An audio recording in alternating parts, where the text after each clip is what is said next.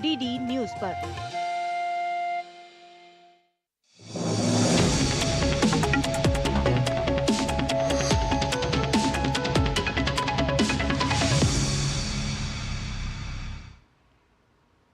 नमस्कार, स्वागत है आप सभी का डीडी न्यूज के इस खास बुलेटिन एक्सप्रेस 100 में, जहां आपके लिए लेकर आते हैं राजनीति, मनोरंजन, देश दुनिया, खेल और व्यापार जगत की तमाम खबरों को एक्सप्रेस यानी फटाफट अंदाज में। मैं हूं मुकुल शर्मा। तो आइए अभी तमाम खबरें देखते हैं तेज रफ्तार से। तेलुगु देशम पार्टी के सुप्रीमो चंद्रबाबू नायडू आज आंध्र प्रदेश के मुख्यमंत्री के रूप में लेंगे शपथ। नायडू आज सुबह विजयवाड़ा के बाहरी इलाके के गद्वरब हवाई अड्डे के पास केसरपल्ली आईटी पार्क में सुबह 11:27 पर शपथ लेंगे। उनके साथ कुछ और विधायक भी मंत्री पद की शपथ लेंगे। इस बार टीडीपी, जनसेना और बीजेपी ने साथ मिलकर चुनाव लड़ा। टीडीपी ने अकेले ही 78 सीट पर विशाल जीत हासिल की है। शपथ समारोह में प्रधानमंत्री नरेंद्र मोदी, गृह मंत्री अमित शाह, बीजेपी अध्यक्ष जेपी नड्डा और एनडीए शासित राज्यों के मुख्यमंत्री समेत तमाम गणमान्य लोग शामिल होंगे।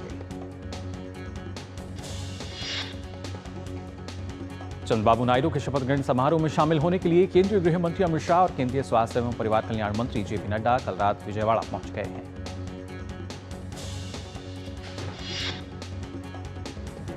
आंध्र मुख्यमंत्री के रूप में अपने शपथ ग्रहण से एक दिन पहले चंद्रबाबू नायडू ने घोषणा की कि अमरावती राज्य की एकमात्र राजधानी होगी। वहीं ओडिशा में आज से बीजेपी की सरकार होगी। बीजेपी विधायक दल के नेता मोहन चरण मांझी ओडिशा के नए मुख्यमंत्री होंगे। भुवनेश्वर में दोपहर बाद होने वाले शपथ समारोह में खुद प्रधानमंत्री नरेंद्र मोदी भी मौजूद रहेंगे।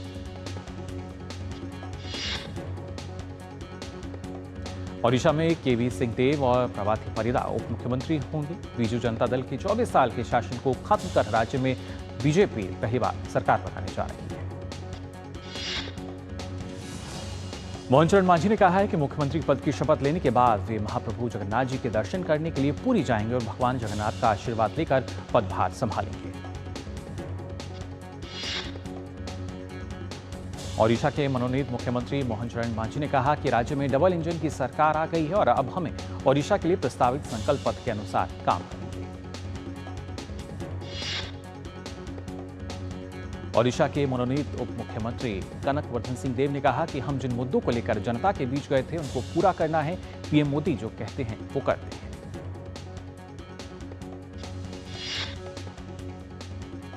पार्टी नेताओं का कहना है कि मोहन चरण मांझी जनजातीय समुदाय से आते हैं और जमीन से जुड़े नेता हैं, जबकि कनकवर्धन सिंह देव अनुभवी राजनीतिज्ञ हैं और प्रभाती परिदा महिला सशक्तिकरण की प्रतीक हैं।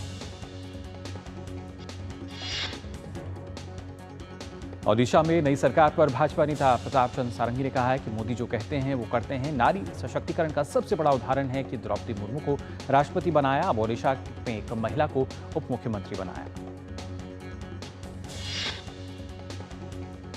वित्त राज्य मंत्री पंकज चौधरी ने दूरदर्शन से बातचीत के दौरान प्रधानमंत्री मोदी का आभार व्यक्त किया। पंकज चौधरी ने कहा कि पूर्वांचल की सीरत और सूरत दोनों ही बदली है। डीआरडीओ प्रमुख डॉक्टर समीर वी कामत ने आज नए रक्षा राज्य मंत्री संजय सेठ से मुलाकात की और उन्हें प्रमुख रक्षा अनुसंधान संगठन के बारे में जानकारी दी।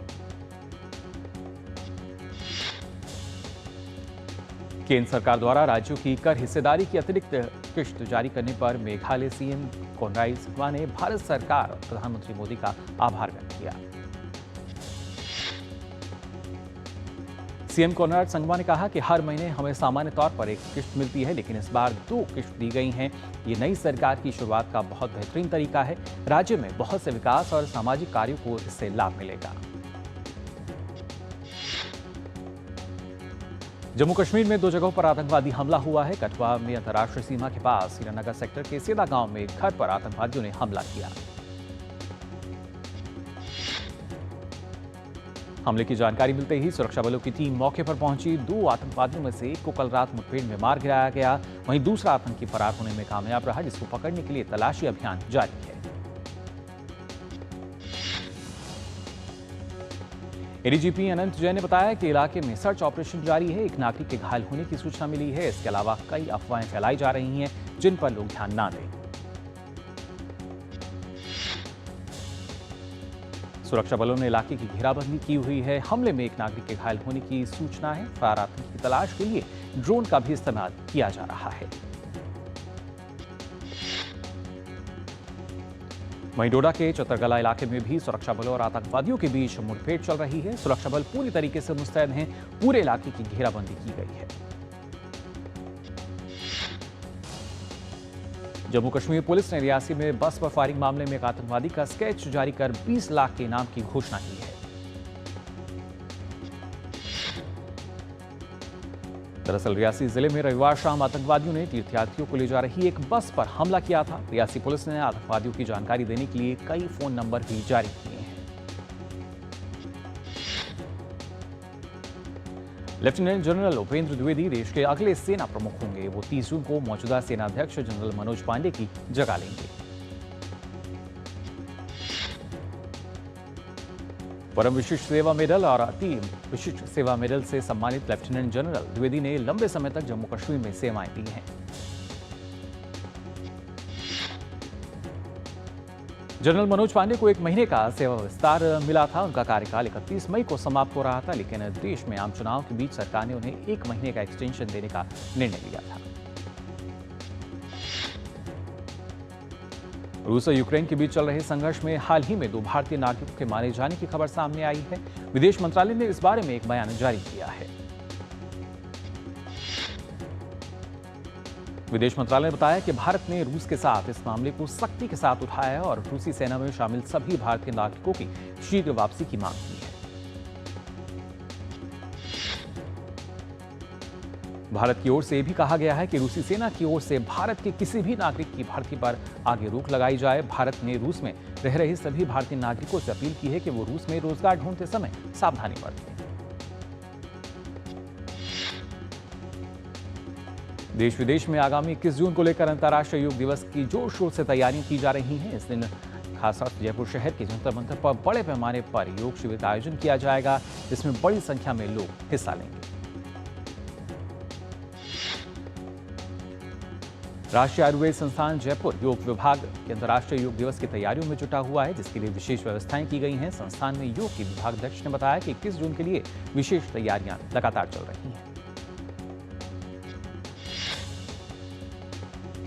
हरियाणा के पलवल स्थित नेताजी सुभाष चंद्र बोस स्टेडियम में जिला प्रशासन के अधिकारियों, कर्मचारियों, एनसीसी कैडेट, स्काउट कैडेट के योग शिविर के तहत योग का प्रशिक्षण दिया गया।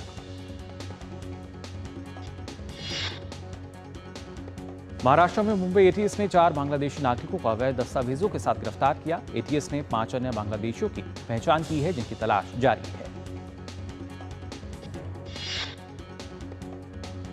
अधिकारियों ने बताया कि आरोपियों ने फर्जी दस्तावेजों के जरिए वोटर आईडी कार्ड बनवाकर लोकसभा चुनाव में मतदान भी किया।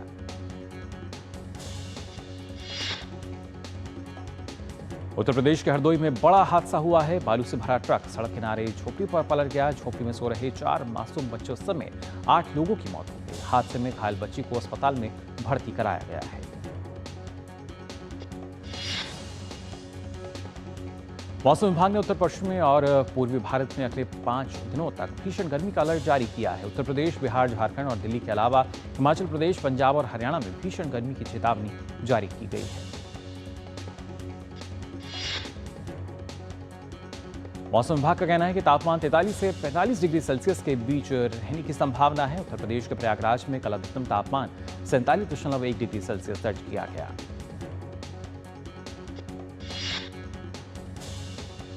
वहीं पंजाब के पटियाला में तापमान 44.5 डिग्री सेल्सियस दर्ज हुआ। दिल्ली में अधिकतम तापमान 43.8 डिग्री सेल्सियस दर्ज किया गया।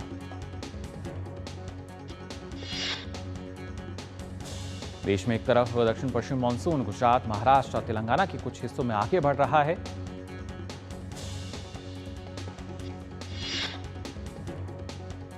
वहीं मौसम विभाग ने पश्चिम बंगाल और सिक्किम में कुछ जगह भारी से बहुत भारी बारिश का अनुमान जताया है।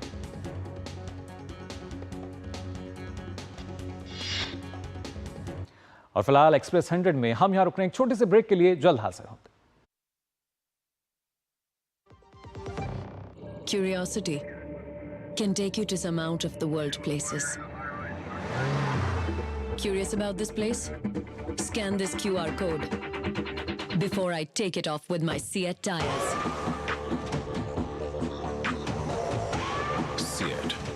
crafted for the curious.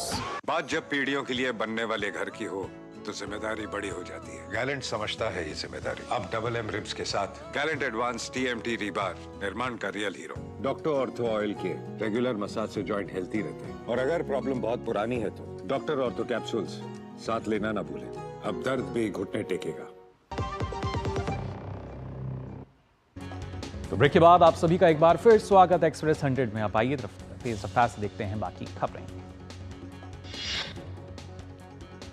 Rajasthan के सांवलिया सेठ मंदिर के दानपात्र से एक माह में 17 करोड़ से अधिक कीमत की नकदी, सोना और आभूषण प्राप्त हुए हैं।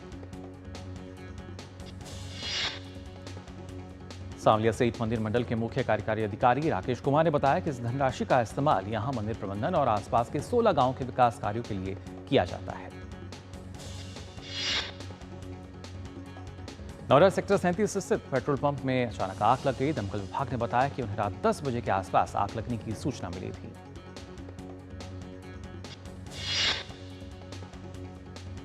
एडीसीपी नोएडा ने बताया कि आग को बुझा दिया गया है। किस तरह की जनहानि नहीं हुई है, आग लगने के कारण की जांच की जाएगी। वहीं नोएडा के सेक्टर 118 में एक सड़क हादसे में एक व्यक्ति की मौत हो गई, जबकि एक व्यक्ति गंभीर रूप से घायल हो गया। यात्रियों से भरे हुए एक टूरिस्ट बस के बेकाबू होकर अपार्टमेंट में टकरा जाने से यह घटना घटी।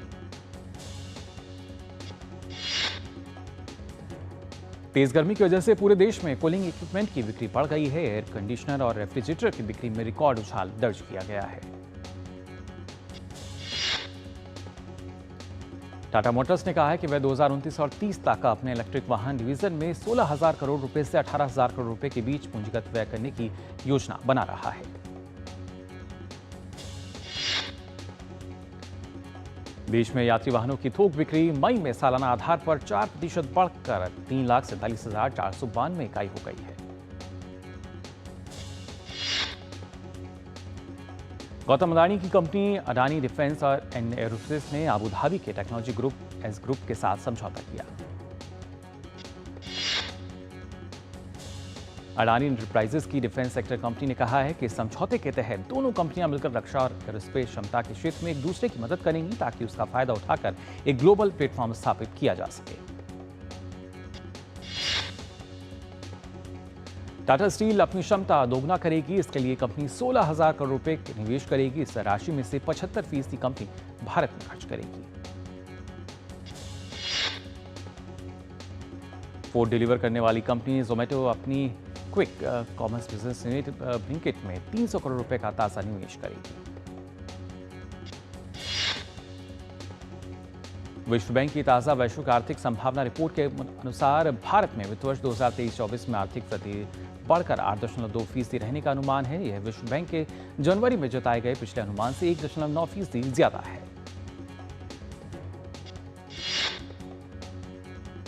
राष्ट्रीय कृषि एवं ग्रामीण विकास बैंक यानी नाबार्ड चालू वित्त वर्ष 2025 में बॉन्ड के माध्यम से 30,000 करोड़ रुपए तक जुटाने की योजना बना रहा है, ताकि ऋण देने के कार्यों में मदद की जा सके।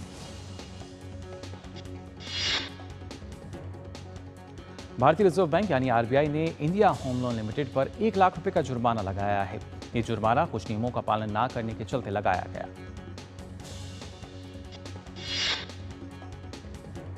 भारत सरकार एक नए कानून पर विचार कर रही है, जो टेक्नोलॉजी कंपनियों जैसे एप्पल, गूगल और मेटा के लिए सख्त नियम लागू करेगा।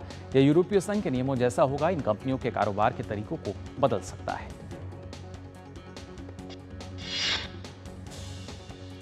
PhD chamber of commerce and industry के मुताबिक भारत में 2030 तक 10 करोड़ से ज्यादा नई नौकरियां पैदा होने की संभावना है। इस दौरान जीडीपी में $3.3 ट्रिलियन की बढ़त देखने को मिलेगी। इलेक्ट्रॉनिक्स कलपुर्जों के लिए प्रस्तावित उत्पादन आधारित प्रोत्साहन यानी पिलाई योजना में सरकार 35 से 40% मूल्यवर्धन स्थानीय तौर पर किए जाने का लक्ष्य रखेगी।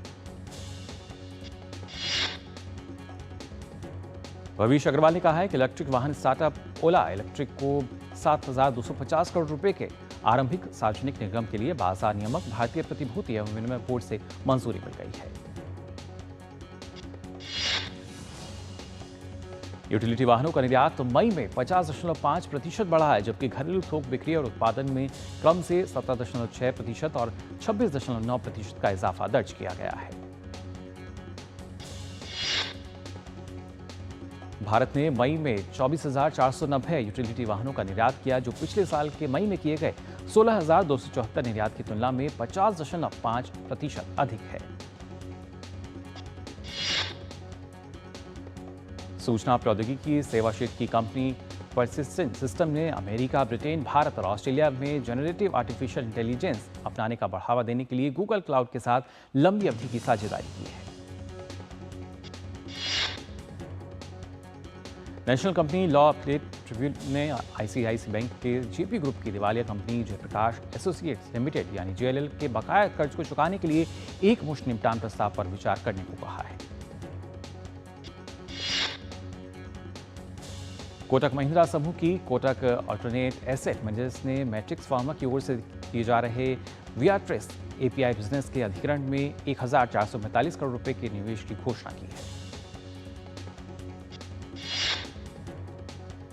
आईटी सेक्टर की कंपनी एचसीएल टेक को $27.8 करोड़ करीब 2,323 करोड़ रुपए का एक बड़ा ऑर्डर मिला है। कंपनी को यह ऑर्डर जर्मनी की cooperative primary bank Deutsche Apotheker and अर्जुवेटिक बैंक से मिला है। दक्षिण चिली में भारी बारिश के कारण बाढ़ग्रस्त इलाकों से लोगों को बाहर निकाला गया। जानकारी के अनुसार 400 घर बाढ़ में डूब गए हैं। चिली के अरोको शहर में भारी बारिश के कारण रेड अलर्ट जारी किया गया है। मौसम विज्ञान सेवा के अनुसार क्षेत्रों में मध्यम से भारी बारिश की संभावना है। स्पेन के पाल्मा डी मालोर्का हवाई अड्डे के आसपास बाढ़ का पानी भर गया क्योंकि स्पेनिश द्वीप पर भारी बारिश हुई है। हवाई अड्डे पर लगभग 5 सेंटीमीटर प्रति घंटे की बारिश दर्ज की गई।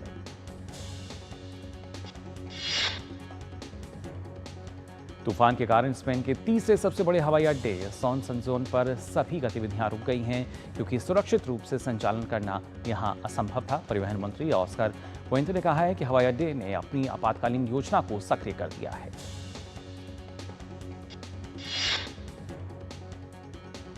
वर्सेल्स पैलेस में आग लगने की खबर है, जिसके कारण फ्रांस के सबसे व्यस्त पर्यटक स्थलों में से एक आगंतुकों को बाहर निकालना पड़ा।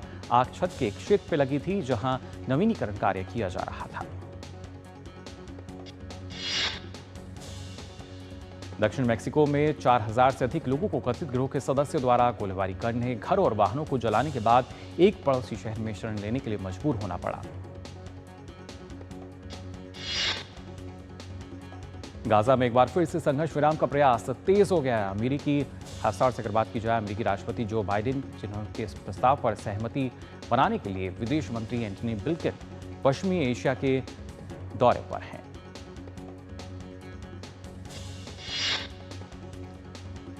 संसदीय चुनावों के चलते मैक्रोन ने कार्यकाल पर कोई असर नहीं पड़ेगा। उनका कार्यकाल 2027 तक चलेगा, लेकिन अगर विपक्षी दल सत्ता में आता है तो मैक्रोन को अपनी योजनाएं संसद से पारित करने में खासी दिक्कतों का सामना करना पड़ सकता है। फ्रांस के मौजूदा प्रधानमंत्री गैब्रियल अटाल अपनी सत्ता को बचाने के लिए प्रयास कर रहे हैं। संसदीय चुनावों के लिए वोटिंग 2 चरणों में होगी। पहला चरण 30 जून को और दूसरा चरण 7 जुलाई को होगा।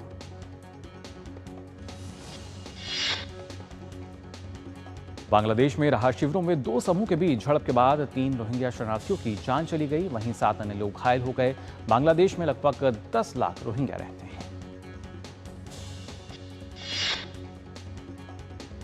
आईसीसी T20 विश्व कप में आज भारत के सामने अमेरिका की मजबूत चुनौती होगी। दोनों टीमों ने अब तक 2-2 मुकाबले अपने नाम किए हैं। भारत ने आयरलैंड और पाकिस्तान को शिकस्त दी थी। भारत और अमेरिका की टीमों का इरादा इस मुकाबले को जीतकर सुपर 8 में जगह पक्की करने का होगा। अमेरिका ने प्रतियोगिता में पाकिस्तान को हराकर सभी को चौंका दिया था।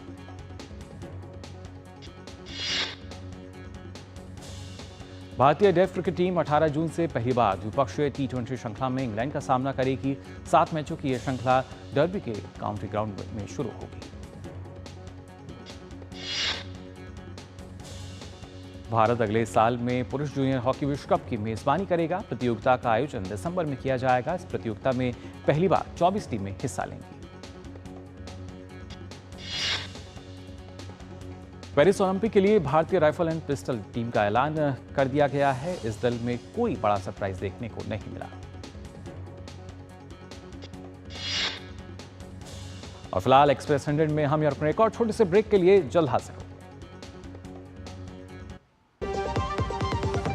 शुक्ला बता रहा था आपके बाबूजी ने जायदाद का कुछ हिस्सा नौकर के नाम कर दिया। अब नौकर हर काम अपना घर समझ के करेगा। समरकूल, जो हर दिल करे कबूल। डॉक्टर ऑर्थो ऑयल के रेगुलर मसाज से जॉइंट हेल्थी रहते हैं। और अगर प्रॉब्लम बहुत पुरानी है तो डॉक्टर ऑर्थो कैप्सूल्स साथ लेना ना भूलें। अब दर्द भी घुटने टेकेगा। Curiosity can take you to some out of the world places. Curious about this place? Scan this QR code before I take it off with my Seat tires.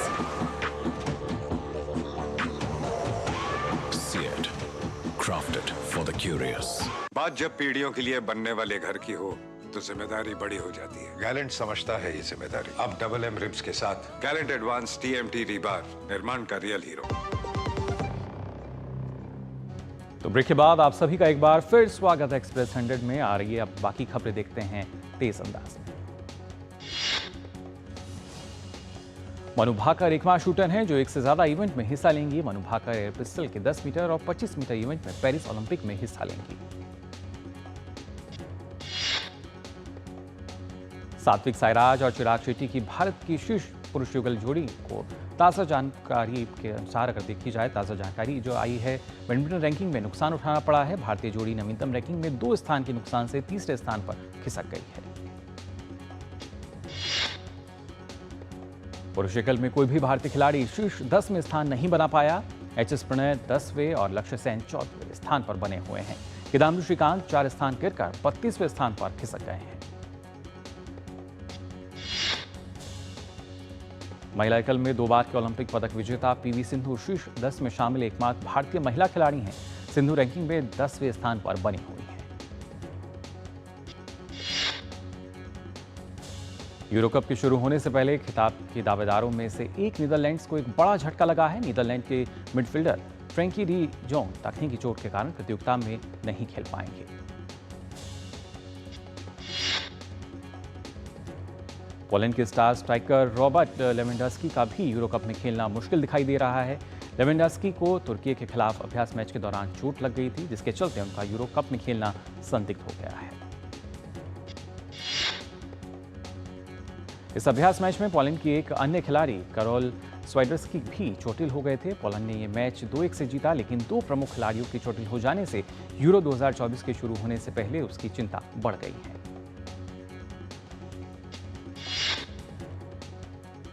Italy के 36 वर्षीय फ्रांसिस्को एसेबी भी चोट के कारण प्रतियोगिता में नहीं खेलते दिखाई देंगे। उनका टीम में नहीं होना इटली के लिए एक बड़ा झटका है।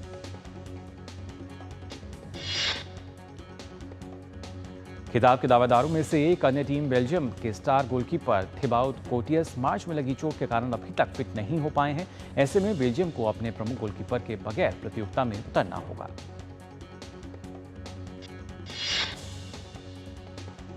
यानिक सिनर को पहली बार रैंकिंग्स में शीर्ष पर पहुंचने पर 21 विश्व नंबर की एक ट्रॉफी प्रदान की गई।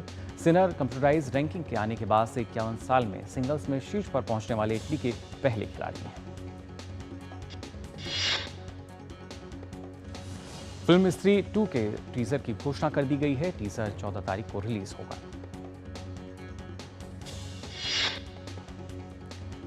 प्रभास की फिल्म कल की 2898 AD का ट्रेलर जारी कर दिया गया है। फैंस को फिल्म का बेसब्री से इंतजार है। कार्तिक आर्यन की फिल्म चंदू चैंपियन 14 जून को रिलीज होगी। ये बायोपिक ड्रामा फिल्म है। रवि तेजा तेलुगु के सिनेमा के अभिनेता की आगामी फिल्म का नाम मिस्टर बच्चन है, जिसे हरीश शंकर द्वारा निर्देशित किया जा रहा है। फिल्म का टैगलाइन रखा गया है, नाम तो सुना होगा। एक्ट्रेस भूमि पेडनेकर जल्द ही वेब सीरीज दलदल में नजर आएंगी। दलदल में भूमि पेडनेकर एक पुलिस अधिकारी की भूमिका निभाएंगी। वेब सीरीज मिर्जापुर 3 का नया पोस्टर जारी कर दिया गया है। फैंस को सीरीज का बेसब्री से इंतजार है।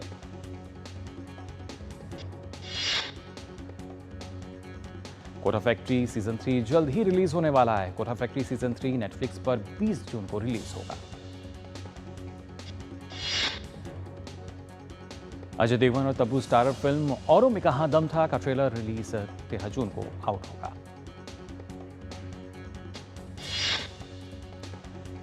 बॉलीवुड फिल्म मेकर करण जौहर और मशहूर फैशन डिजाइनर मनीष मल्होत्रा ने बिल्डर और समाजसेवी उषा काकरे को प्रोडक्शन हाउस का लोगो लॉन्च किया। अभिनेत्री सारा खान ने कहा है कि वे अपनी नवीनतम फिल्म गिल्ट 3 को मिली प्रतिक्रिया से काफी खुश हैं।